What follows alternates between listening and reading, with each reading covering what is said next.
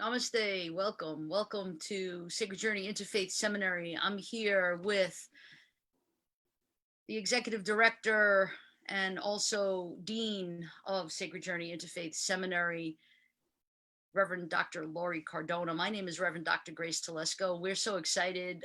We're a little bit early, few minutes before 1:30 for the beginning of our Ministers in Training Sacred Celebration of Spirit. While we're getting ready, I just wanted to do a little announcement about our upcoming classes. We always have our classes start in January, so we are open now to accept applications. We also are going to be announcing very soon the Florida Department of Education Commission on Independent Education has given us again a renewal of a green light, which is definitely going to be announced very soon for us to be able to confer religious degrees. These are not academic degrees, they're religious degrees, and there'll be two. Dean Laurie, should I tell them?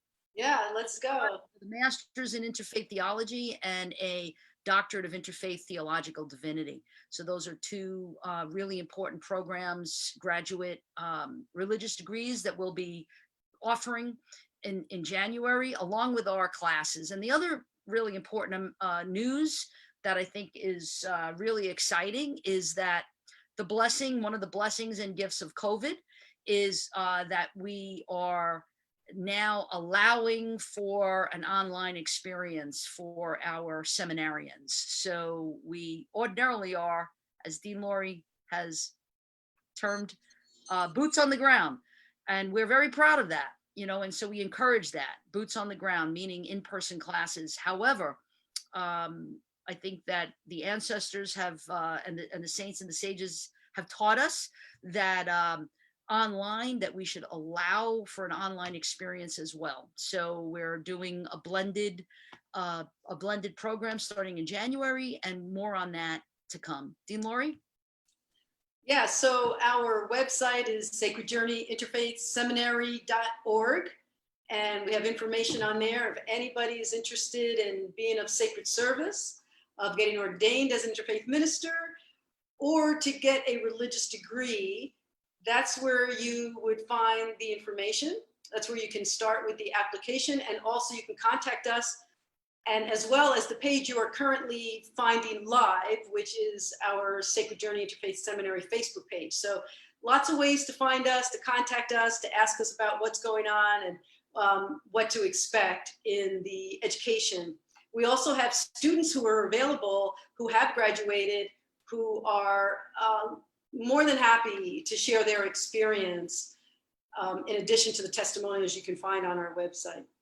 Yeah. So we're excited, we're happy, and we're so proud of our second year students, the future Reverend Anna and the future Reverend Stephanie, who are going to be demonstrating for you exactly what is expected of them as second year students. All our second year students have to officiate what we call sacred celebration of spirit.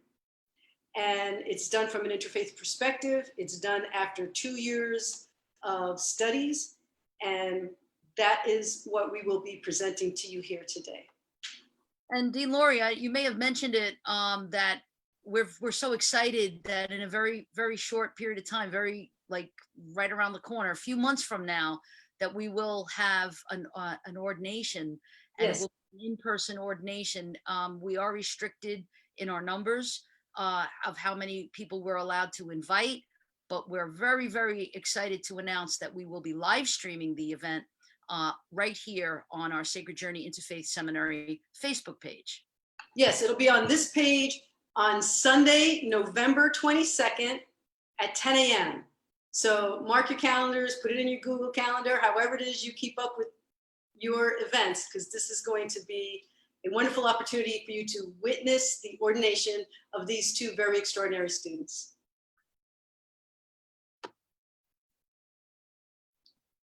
So we begin.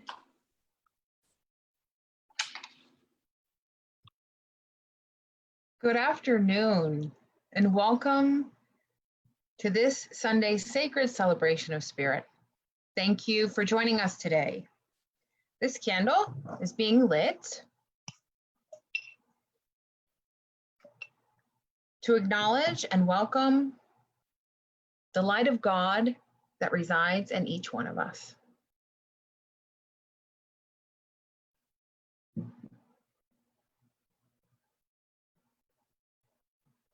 Our opening prayer is by Marianne Williamson, and Stephanie will be leading us in that prayer.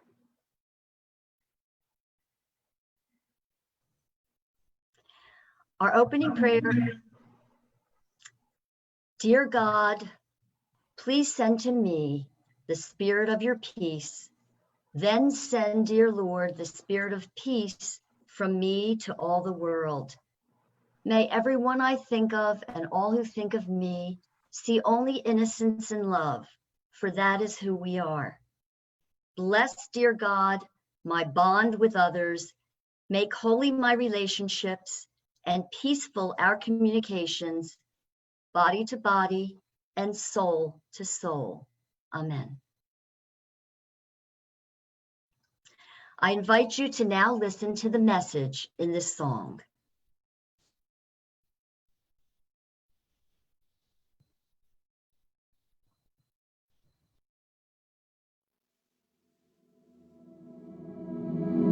Woke up this morning, suddenly I realized we're all in this together. Yeah.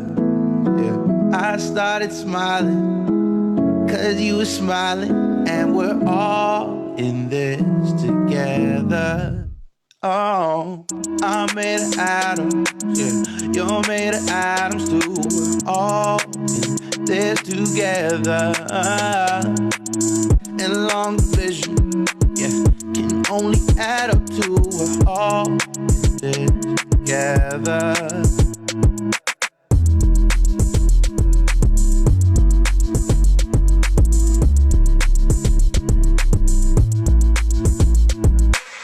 We'll be right in our hometown, highway 2 going west to eastbound. We're all in this together.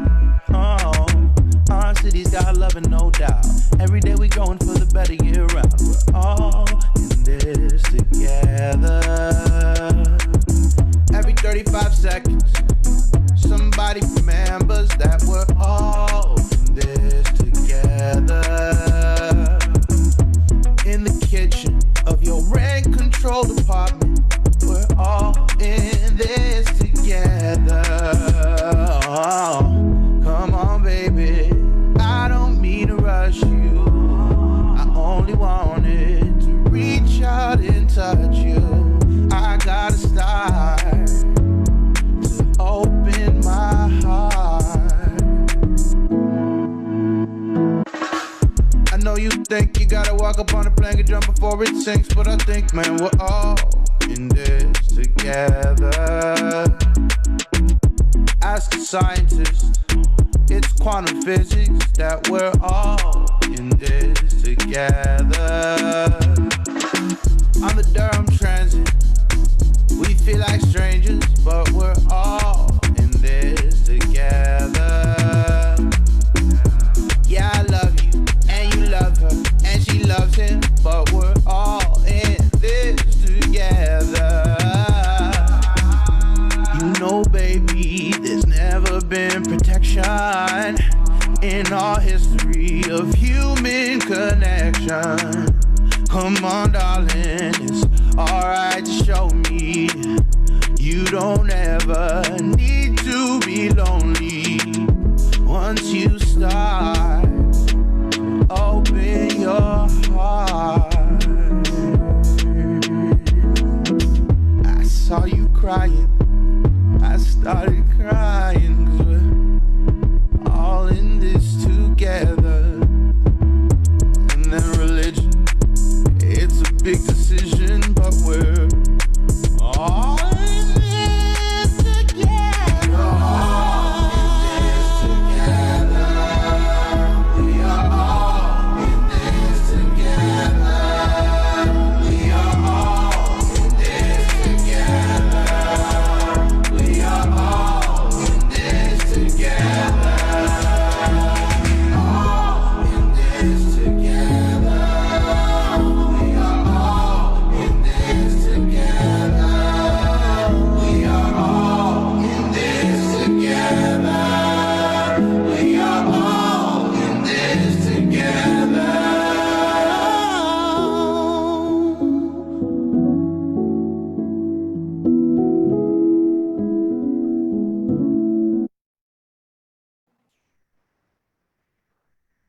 Such a wonderful song. And yes, we are all in this together, as we'll learn about more today in our spiritual message delivered by my friend, my sister in God, and minister in training, Stephanie Schleider.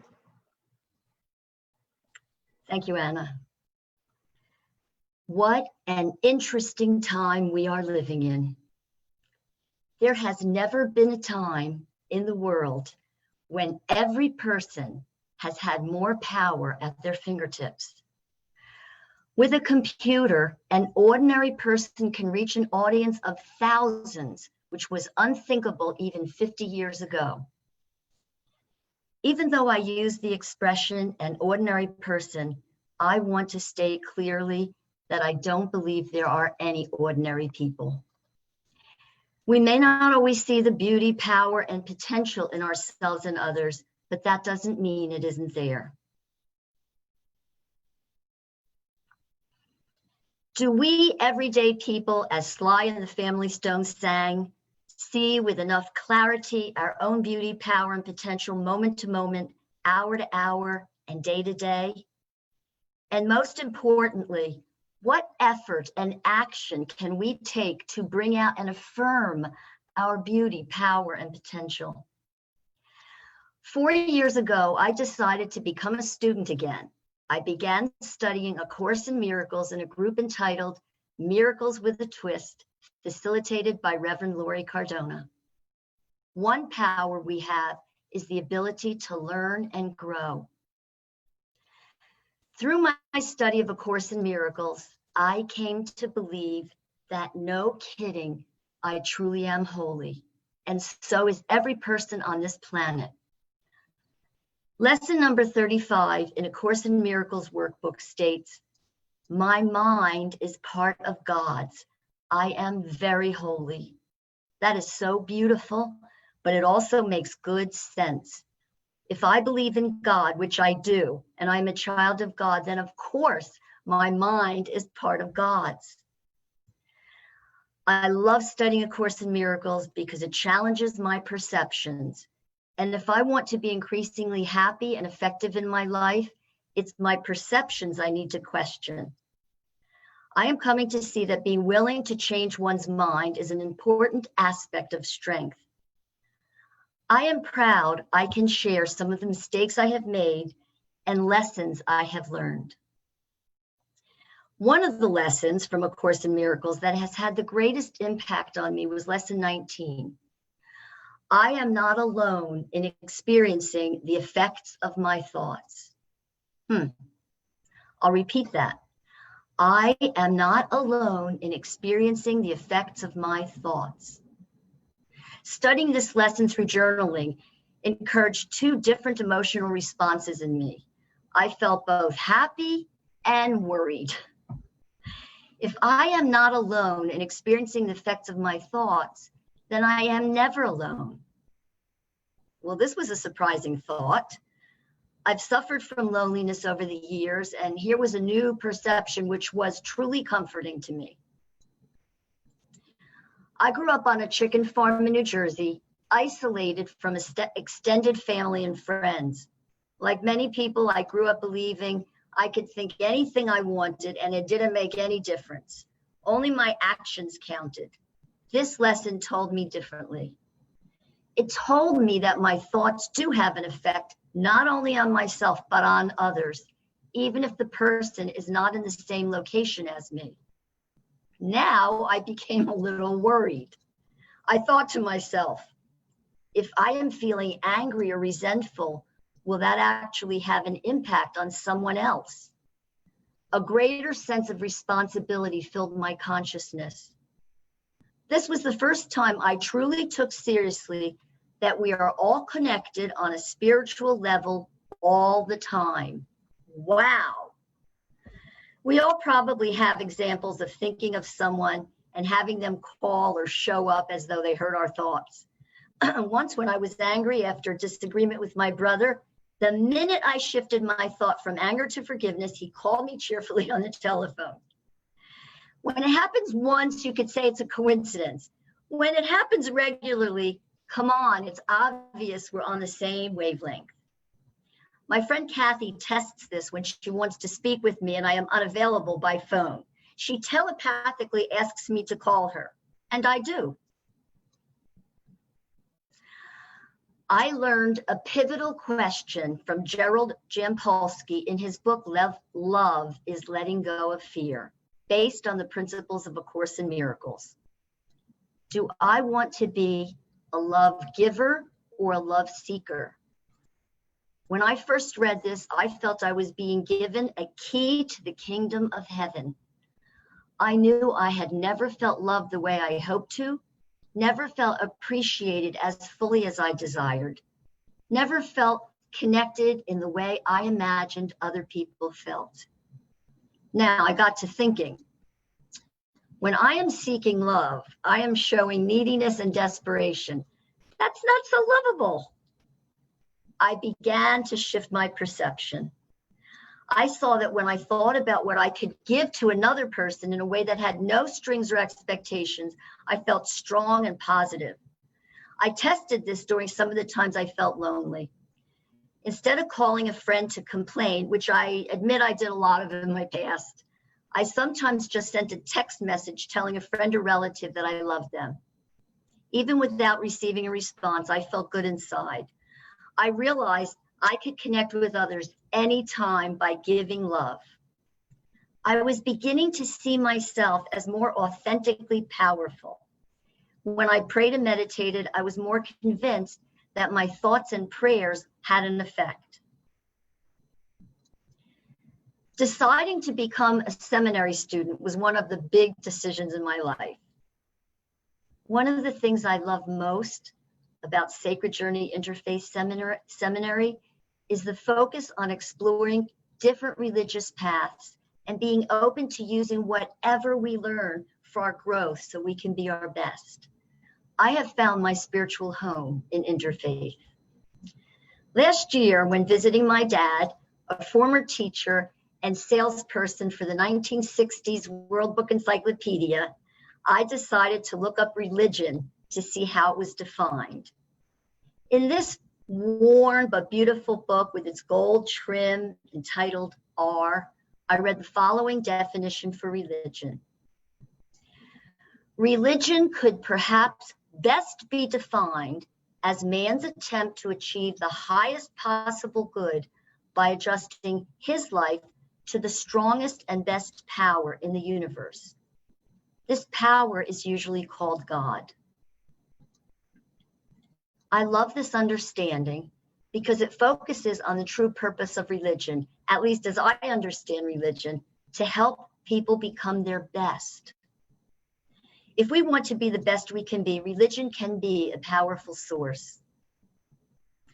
One of my greatest gifts, and the one I feel makes me most valuable as a potential minister, is the number of mistakes I have made. Here's one of them. Early in my attendance in Miracles with a Twist study group, I was still teaching high school, and I was in charge of detention hall. On this day, the room was crowded, and I noticed a young man writing in a new and expensive textbook. I went over and asked him to look at it. He had written profanity and was smirking about it, even as he realized he was caught. Teenagers. I asked him, no offense, I asked him to step outside. I can still picture that sneer on his face as we left the room. As I questioned him, instead of his becoming apologetic, he became more arrogant and tried to justify himself. He said, "My father has money and he'll pay for it, so what's the big deal?" I became furious. I told him he is no longer allowed to come into my classroom until he is ready to make a sincere apology. He packed up his things and he sauntered away. I walked back into my room feeling a sense of satisfaction. I told him, I said to myself, and wallowed in my self-righteous anger for the rest of the afternoon.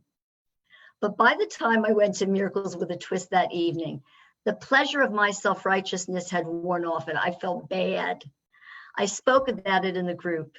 I had used the situation to feel smug and superior, and I felt ashamed and exhausted. Reverend Lori encouraged me to forgive myself. Wait, let's just stop here for a second. Forgive myself. I was used to beating myself up for hours, days, weeks, maybe even years after a mistake I made. I know that's true about some of you too. She explained that A Course in Miracles is a gentle study, and a big part of the study is the importance of forgiveness, self-forgiveness as well as forgiveness of others. I learned that it is more useful to see myself as making a mistake, forgive my mistake, and work to do better in the future than to just shut down and suffer. And it was more useful to see it as a mistake than as a sin I had committed. Well, I really regretted speaking to that young man that way because I modeled an adult being reactive and harsh and not believing in his ability to change. I'm glad to report that the following year, I saw this young man sitting outside on a bench after school, and I went over to him. I told him I was sorry that I'd spoken to him that way, and I hoped he would forgive me. There was no arrogance in his expression, although he looked a bit shocked as he said, "Okay." I felt great as I walked away. This time I modeled humility, regret, and courage. The good news, the great news is that the more I gave freely without any expectations, the happier I became and the more effective I became in my relationships. It didn't happen overnight. I'm still working on it one day at a time, but I'm making progress. Fortunately, in my last year of teaching, I consciously thought about this question every day. Do I want to be a love giver or a love seeker? Another example of the result of this questioning took place in the last weeks of my teaching career. Two girls, one in a morning class and one in an afternoon class, who had both been very respectful all semester, acted quite rudely during class by not paying attention and making some disrespectful comments. Even though I was taken by surprise, instead of taking it personally, I stopped myself and in each instance quietly called them outside. Instead of reprimanding them, I told them how much I'd enjoyed having them in my class all semester. They each responded similarly. They looked up at me in some disbelief and perhaps some suspicion. Then I said, "Something must be going on for you to be this upset." Then I stopped talking. I'm learning it's very important for me to know when to be quiet. In both instances, they immediately let go of their defenses and spoke about stress at home, in their personal relationships, and pressure they felt in school. Within a week, they each apologized for their attitude. In the past, I would have resented their bringing a bad attitude into my classroom, and I would have gone right to judgment and the justification for reprimanding them. This time, the difference was I was consciously being a love giver. I was looking at things through their point of view. I dropped my defenses and I created a much better outcome. Now, you may be wondering where I found all of this time for reflection and introspection. This time of COVID and self-quarantine has brought up a major challenge for me. I am an extrovert who thrives on my personal interactions with others, and now here I was, alone at home most of the time. There were days I didn't even step outside my door. In the past, I was never one to have the sentiment like my mom, as she used to say upon returning home after an outing, "Home, sweet home." I found my meaning and comfort outside of the home. My favorite and most comfortable place was my classroom. Now retired for the past year, I was not only not going to work every day, I wasn't even able to visit my friends and my father. But what I could do is view this time as my personal retreat with myself and with God. Now, if you've ever gone on a retreat for the purpose of personal, spiritual, or relationship growth, you know there are some very challenging moments on this retreat, as well as some very touching ones. Everything, though, on the retreat can be a chance to grow. And although frightening to me in some ways, I was reframing, I really was, being alone as an opportunity instead of a crisis.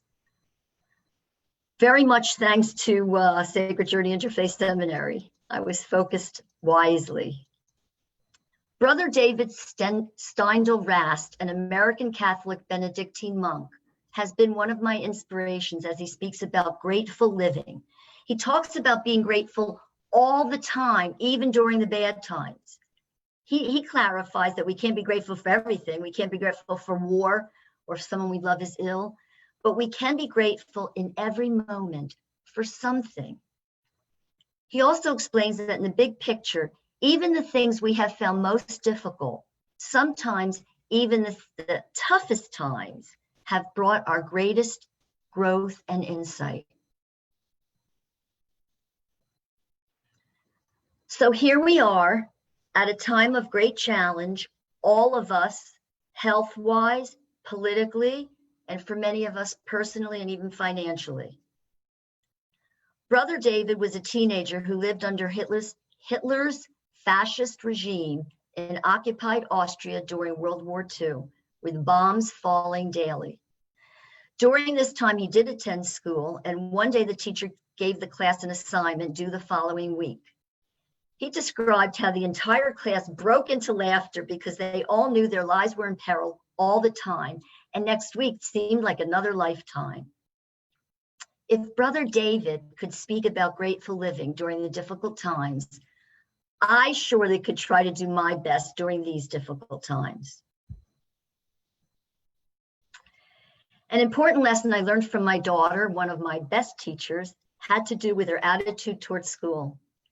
I couldn't get over how she could spend up to 4 hours every evening doing homework and studying when she was in high school. Even in middle school, she put in the work and she got the reward. She was willing to struggle for the results she desired. When I was a student in school, I spent as little time studying as I could. The truth was, I wasn't willing to do the struggling and put in the effort to get the results I wanted. The question this raises is, what are our values and how much effort are we truly willing to put into the results we desire? The author of the book Grit, Angela Duckworth, a former middle school math teacher, explains that a combination of determination and willingness to work hard for a long-range goal could be the most important determinant in success in any area. She observed that the most successful students in her class weren't those with the highest IQs, but those with the vision who were willing to do the hard work to achieve their goal. Well, I wanted to be happy. And while I wasn't willing to work hard for good grades, I was willing to work hard to lessen my pain and increase my happiness. It's not called work because it's easy. It's called work because it takes effort. If it was easy, it would be called fun. One of the things I have learned how to do is to be humble enough to ask for help and learn from others who know more than I do. Years ago, I thought I knew everything. Then I turned 18. We all have gifts, and if we share our gifts generously, we all have more. But in order to be able to receive these gifts from others, we do need to practice humility and gratitude, because in effect, we are saying we can't do it alone, which makes us feel vulnerable, which to my mind is where God comes in. If we are all made in the likeness of God, then our bloodline is more valuable than the royals and the billionaires. In our culture, our worldview is that famous and rich people are important. Well, they are, but so is every person who is not famous and not rich. And how one uses his importance or her importance is more significant than whether he or she is rich or famous. We have a profound impact on our family members, our friends, and other people in our lives. Do we take these interactions with them seriously enough? One of the points I am hoping to make clear is that our happiness and importance comes from allowing God's light to shine through us. When we practice being love givers, we are affirming our connection to God and to humanity. We are all God's children, and God wants us to get along and help each other, not unlike the way many of our parents have spoken to us when we were young, or we have spoken to our children. Our true importance comes from sharing the light of God. Now, some people prefer different terminology. These days, I am far less concerned about the semantics than I am about the meaning behind the words. So if there are people listening, and I know there are, who prefer to use the term goddess, that is okay with me. And if there's anyone who doesn't believe in God, then spirit of life or a power greater than ourselves, even love for truth and kindness will suffice. I've come to see God and truth as synonyms. Unless truth is warm, and unless God cares about every single one of us, what is the value of either? Some of what I hope to leave with you today is that every single person on this planet is important, and every single person on this planet has an impact. And we don't need to be interacting with others directly to have an impact. Now I finally understand the monks who spend their lives in meditation. I am so grateful that I had this sacred task of working on this sermon, because through the challenge of working on it, I have grown stronger and clearer in my faith. It wasn't easy, but taking on challenge is the only way we grow. So my hope and prayer for each of you is that you are willing to take on the challenges that will bring you the most joy and meaning, and that you find also the support you need at this time, but also that you share your light and love with others, not just when you're feeling empowered and joyful, but also when you're not.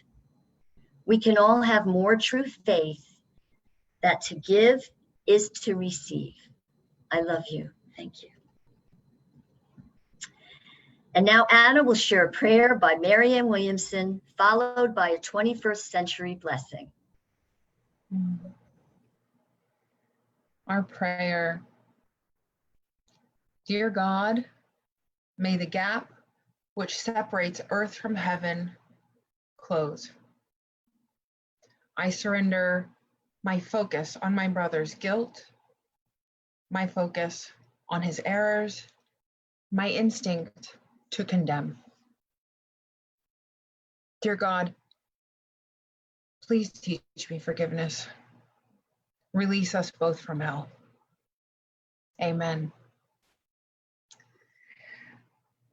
For our ritual today, we are going to use our powerfully magic blessing machines, otherwise known as cell phones, to send blessings to those in our life that we're grateful for. You know, I think we walk around with these magic devices, not really taking into account all of the love-giving opportunities that we have to empower each other and to do the good work that Stephanie talked about in her message. By practicing being a love giver and sharing the message of love, we also build a relationship with God. So now I encourage you to grab your cell phone if you don't already have it. And if you don't have your phone, it's okay. You can use your computer or whatever other technology you use that gives you the ability to connect with others.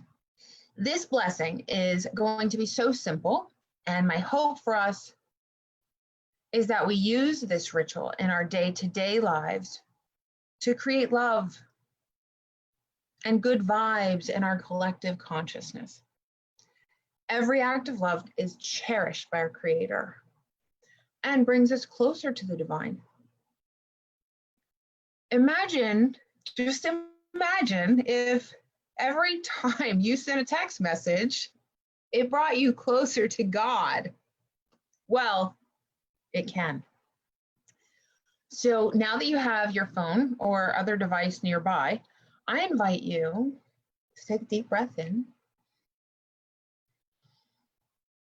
and bring your attention to the power of love that you have in your heart. Think about all of the messages that you send through text, Facebook posts, Instagram pictures, email, and of course, phone calls. Let this 21st century blessing of technology empower us to spread life-changing messages of encouragement to each other. And for a moment, imagine love flowing from your heart and washing down over your shoulders and your upper arms. And feel the love of God rush down your arms, warmly bathing your hands. This love is gathered in your hands, making your fingertips tingle. Now, place your phone in the palms of your hands in prayer posture like this. If you're using another device that you can't place between your palms, that's okay. You can comfortably position your hands softly to drape over it, computer or other device that you use. Now that your hands are positioned, feel the loving energy, that tingling in your fingertips, the power of love flow through your fingertips and into the device that you hold in your hand as we pray together. Great Spirit, bless the technology that gives us the power to create peace and healing through messages that inspire each other. We ask that you help us turn our messages into beacons of light for all of the earthlings we connect with. We pray that you bless our communication with compassion, understanding, and goodwill. Allow our text messages, emails, and social media posts to extend love to those most in need. And may we intuitively know who is in need of loving kindness. And we ask that our messages reach them at just the right place and right time. So it is. Our technology is now blessed. You put it down for a moment if you like. Keep it nearby though. It's blessed with grace and charge, not by electric, but by the love-giving consciousness that brings us closer to each other and to God. So you still have your phone nearby. It's close to you, as I'm sure it's often close to you. But take a moment to bring to mind the person that you want to send peace and serenity to. Now remember, we're trusting our intuition and divine guidance to place our message with the right person at the right time, in the perfect time and place. Here's the key though. If done with consciously love-charged intention, even a very quick message of thinking of you can absolutely transform someone's day. So we're going to take the next minute. Don't worry, I'm timing us. We're going to take the next minute to send a text to someone that you care about, letting them know what a difference that they make for you. So just a minute, don't think about it too long. You're going to go into your phone, that beautifully love-charged magic device that you have. And we're going to send a message to the person that matters in our life. And it shouldn't take us too long to send a message. Just feel the love as you send that message out to that person, letting them know how important they are to you. So now that you've sent your message out into the universe with love and peace and serenity and goodwill, take a minute to breathe that in. And we can allow the good work that we've just done to connect us with God. Acknowledging that spreading love is the good work we were created to do. Let's close this experience with the sound of the bell to help us wake up to the sacredness of giving love.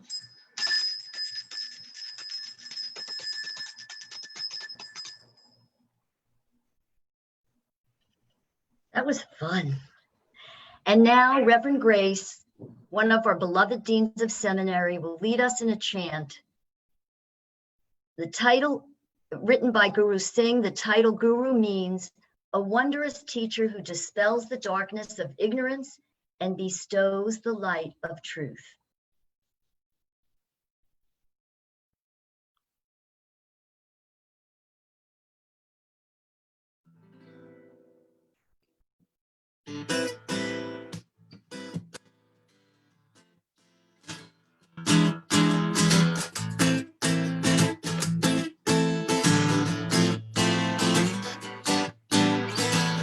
Waheguru, Waheguru, Waheguru, Waheguru, Waheguru,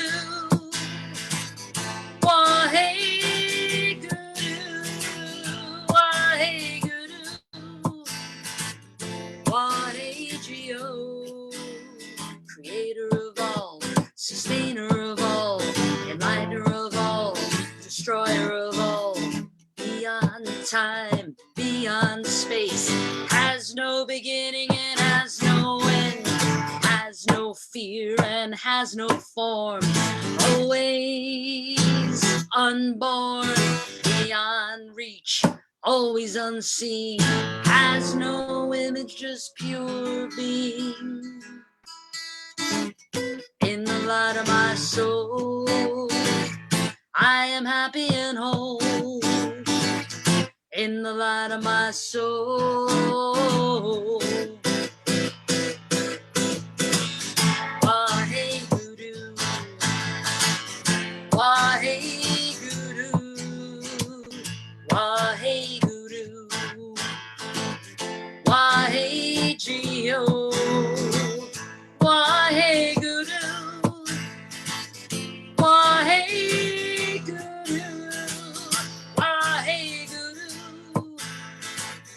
Waheguru, creator of all, sustainer of all, destroyer of all, beyond time, beyond space, has no beginning and has no end, has no fear and has no form, beyond death, always unborn, beyond reach, always unseen, has no image, just pure being. In the light of my soul, I am happy and whole. In the light of my soul. Waheguru, Waheguru, Waheguru, Waheguru, Waheguru,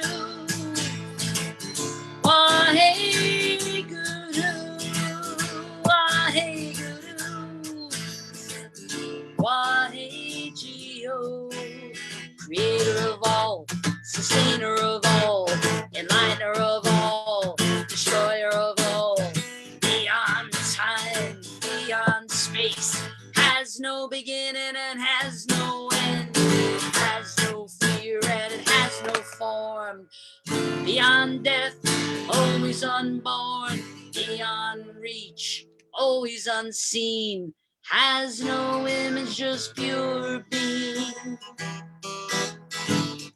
In the light of my soul, I am happy and whole. In the light of my soul, one more time, I am happy and whole. In the light of my soul, Oh.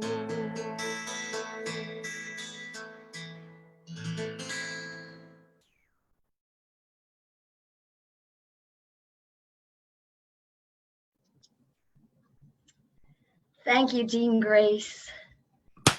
That was beautiful. And now for the closing.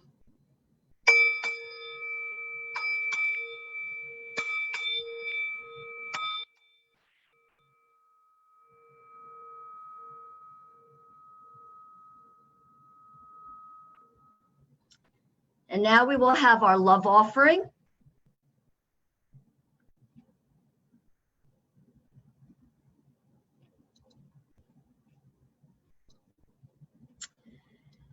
It's called a love offering.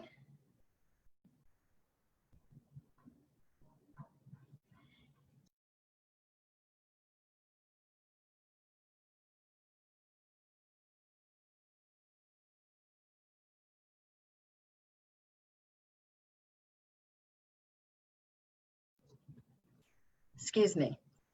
It's called a love offering because the purpose of Sacred Journey Interfaith Seminary is to show the power of love in our lives and in the world.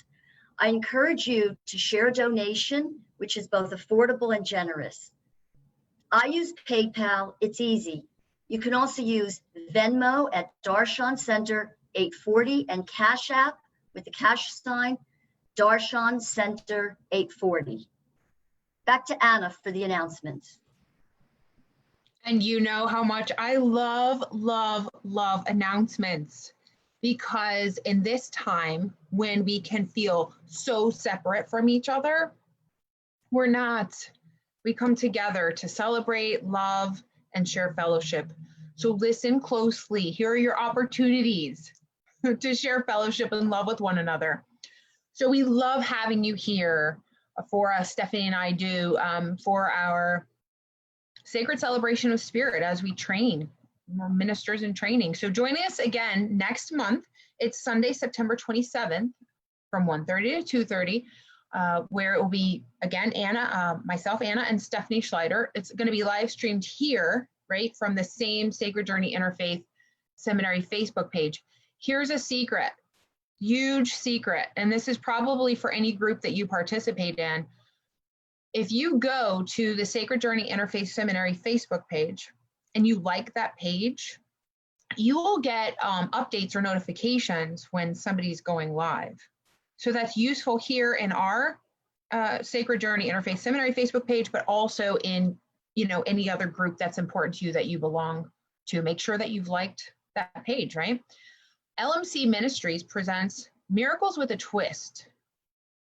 And Miracles with a Twist is on Thursday evening, 7 to 8 p.m. They're beautiful and sacred gatherings based on A Course in Miracles.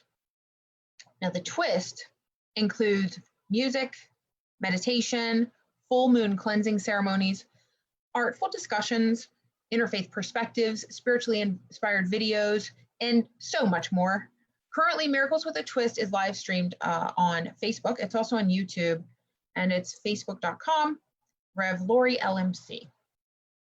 Last but not least, the Darshan Center for Spiritual Evolution, every Sunday evening, that would be tonight, Interfaith Sacred Celebration of Spirit from 6:30 to 7:30. It's a 1-hour interfaith and interfaith service celebrating the divine with prayer, message, meditation, ritual, and song. Again, at this time, due to COVID-19, our services are live streamed on YouTube channel, Darshan Center for Spiritual Evolution. Thank you so much for joining us, and we look forward to having you again next month.